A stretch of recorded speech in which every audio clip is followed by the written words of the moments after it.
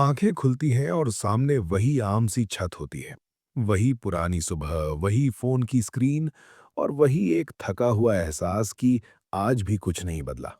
जिंदगी आगे बढ़ रही है, लोग आगे बढ़ रहे हैं, पर लगता है जैसे तुम एक ही जगह पर कैद हो गए हो।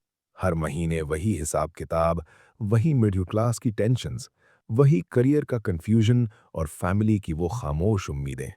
कभी कभी सोशल मीडिया पर दोस्तों की चमकती हुई लाइफ देखकर अंदर एक अजीब सा खालीपन महसूस होता है। ज्यादातर लोग इस थकान को चुपचाप एक्सेप्ट कर लेते हैं। वो सोचते हैं कि शायद उनकी कहानी इतनी ही है। वो किसी चमत्कार का या किसी सही वक्त का इंतजार करते रहते हैं, उम्मीद करते हुए कि एक दिन किस्मत अचानक से उनका दरवाजा खटखटाएगी और सब ठीक हो जाएगा। पर प्रॉब्लम उतनी सिंपल नहीं है जितनी लगती है। असल में हम सब इस खालीपन से डरते हैं। हम डरते हैं इस बात से कि हमारे पास वो सब नहीं है जो बाकियों के पास है। हमारी सोसाइटी ने हमें कंफर्टेबल रहना सिखाया है, और जब हमें लगता है कि हम पीछे छूट रहे हैं, तो इस अजीब सी बेचैनी को छुपाने के लिए हम पूरा दिन फालतू के डिस्ट्रैक्शंस में खुद को डुबा देते हैं। हम हर उस चीज में शांति ढूंढते हैं जो हमें अकेलेपन से बचा ले, ताकि रात को अकेले में खुद से ये ना पूछना पड़े कि मैं आखिर कर क्या रहा हूं, कहाँ जा रही है मेरी जिंदगी। लेकिन शायद शायद मैं और तुम गलत जगह सल्यूशन ढूंढ रहे थे।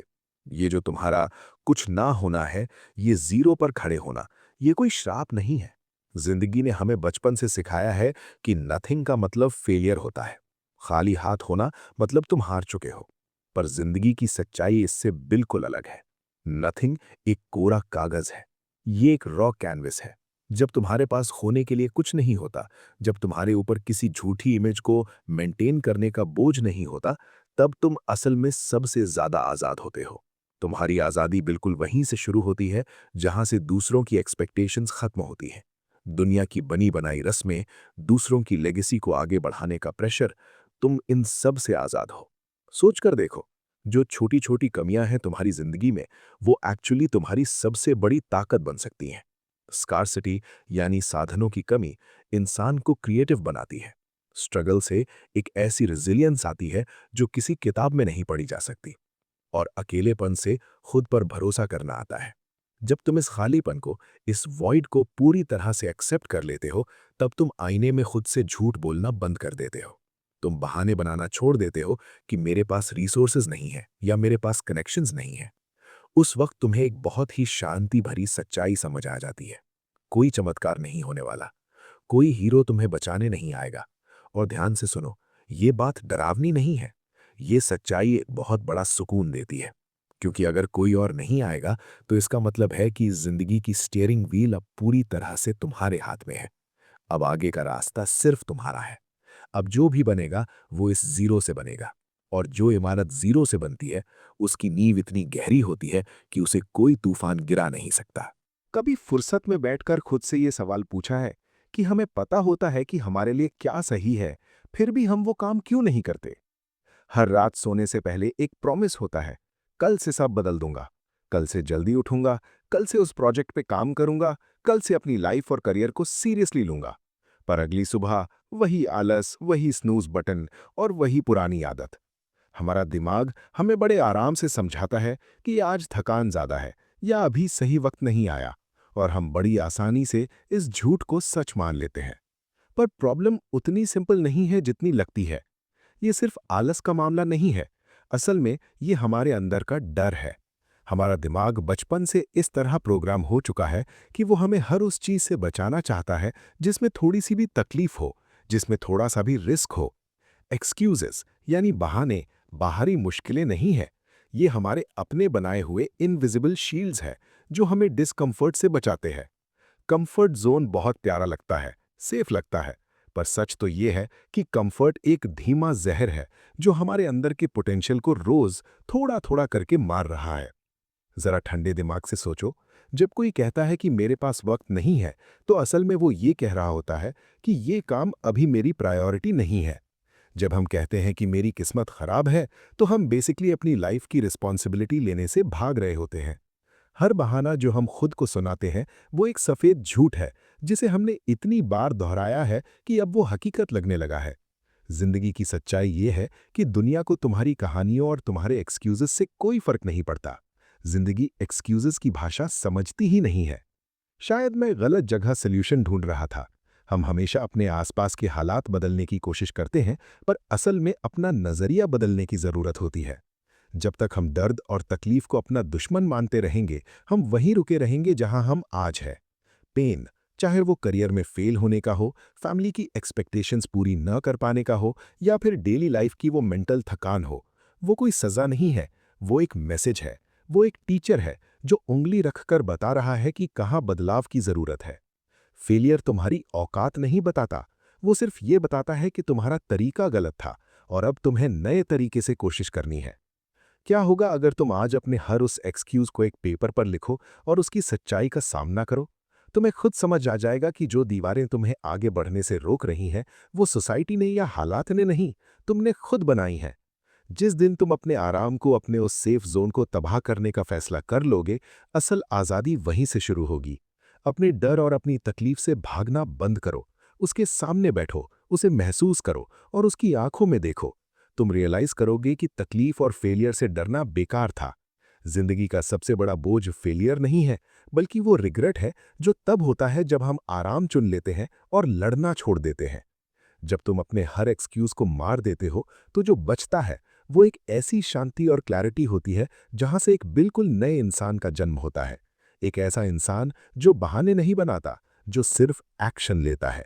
कभी ध्यान दिया है कि जब हम किसी चीज में बुरी तरह फेल होते हैं, तो सबसे ज्यादा तकलीफ उस फेलियर की नहीं होती।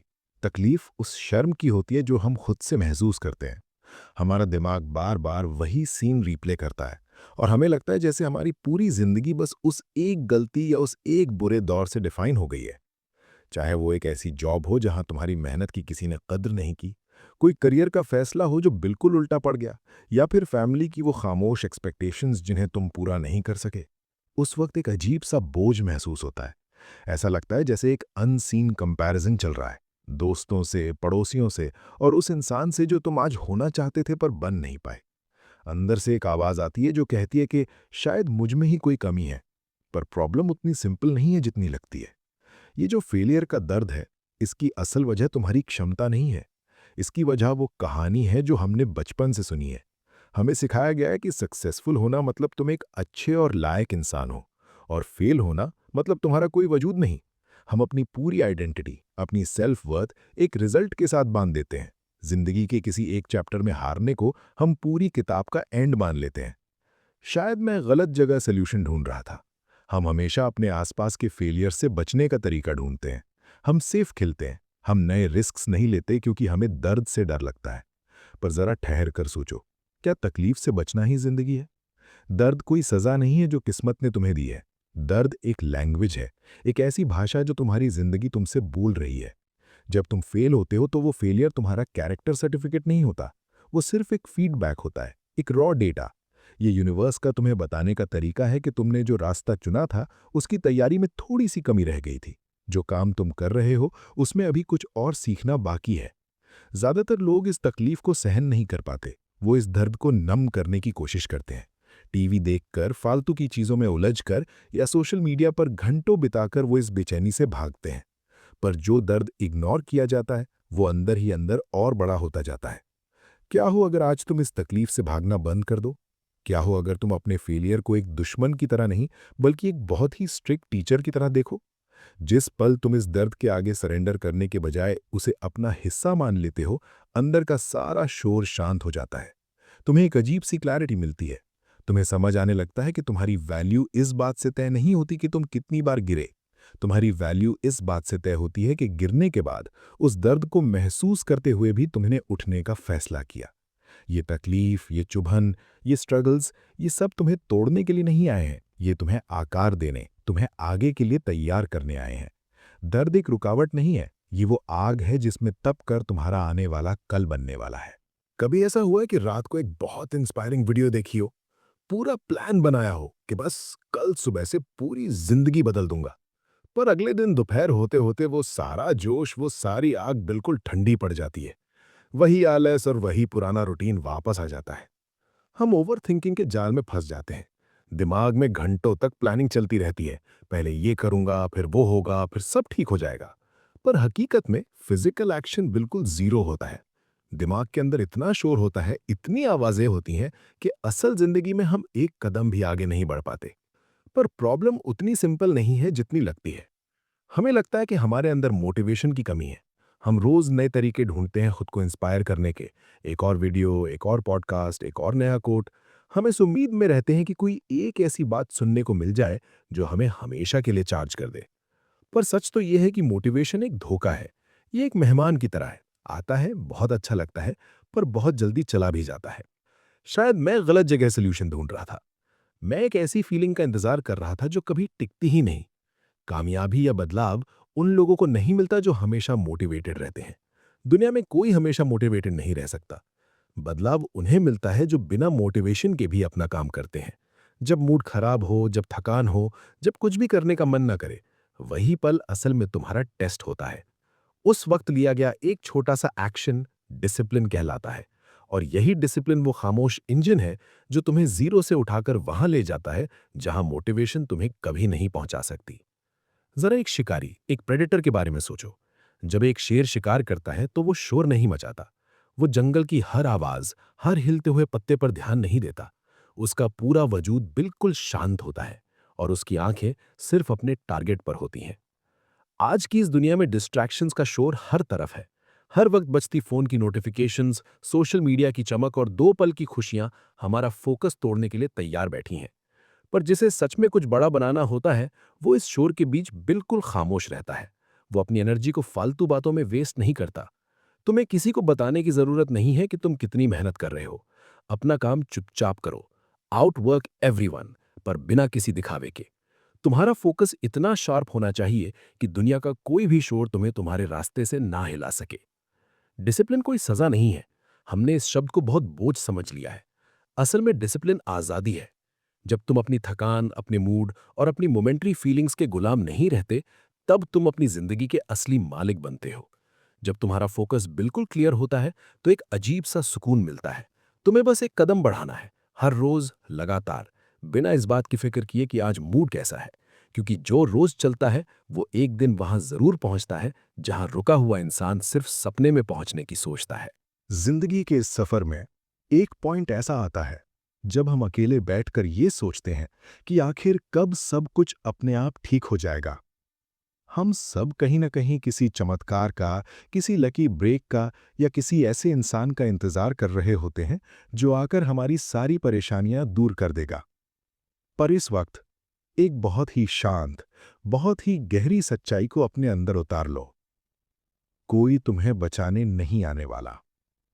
जब ये बात पहली बार समझ आती है, तो थोड़ा डर लगता है, थोड़ा अकेलेपन का एहसास होता है। पर प्रॉब्लम उतनी सिंपल नहीं है जितनी लगती है। ये सच्चाई डरावनी नहीं है। असल में ये इस दुनिया की सबसे बड़ी आजादी है।